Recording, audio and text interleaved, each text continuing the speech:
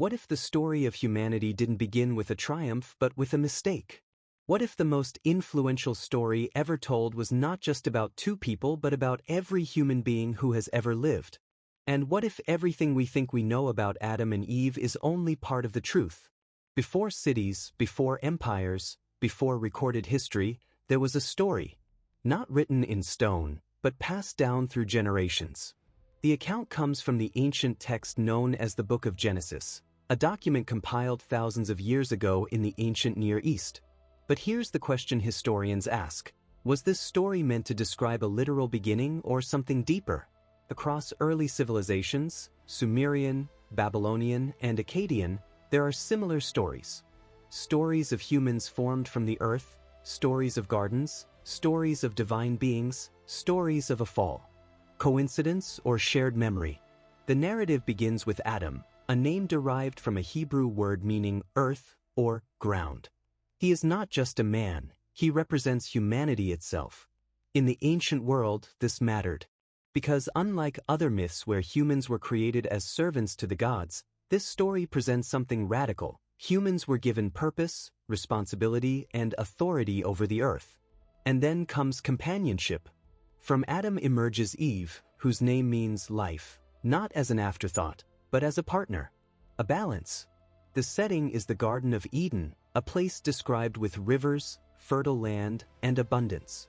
Some scholars have tried to locate it geographically, linking it to regions near the Tigris and Euphrates rivers. But others argue this garden may not be a place on a map but a symbol of ideal human existence. A world without suffering, without death, without conflict. A world we seem to remember but can never return to. In the center of this paradise stood a boundary, the tree of knowledge of good and evil. Not just a tree, but a choice. And this is where the story becomes deeply human. Because for the first time, we encounter freedom. Freedom to obey or to rebel. Why would such a choice exist? Why place temptation at the center of perfection? Enter the serpent, a figure interpreted in many ways as a trickster, a symbol of chaos, or even a representation of human curiosity itself. Did God really say?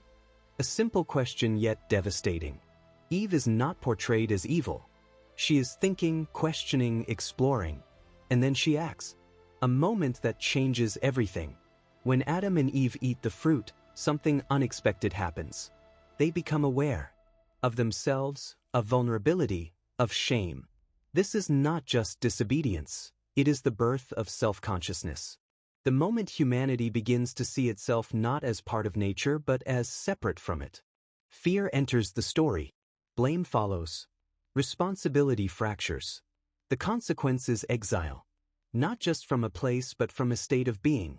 From ease to effort. From harmony to struggle. Agriculture replaces abundance. Pain enters childbirth. Mortality becomes real. But historians and scholars ask, is this describing an event or explaining the human condition? Why life is hard? Why we suffer? Why we search for meaning? The story of Adam and Eve is not alone. In Mesopotamian myths, we find figures like Adapa, a man who loses immortality. In Greek mythology, Pandora opens a jar, releasing suffering into the world. Different cultures, same pattern. A beginning, a choice, a loss. Could these be echoes of a shared human memory? Or simply the universal need to explain why the world is the way it is?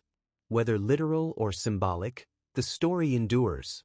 Because it reflects something undeniable. We all face the same choice. Curiosity versus obedience. Desire versus restraint. Freedom versus consequence. In many ways we are still in that garden. Still standing before that tree. Still asking, what happens if I choose this? The untold truth about Adam and Eve is that their story was never just about them. It was about us. About the moment humans became aware, responsible, and imperfect. Not the story of how we began, but the story of how we became human. And perhaps that story is still being written.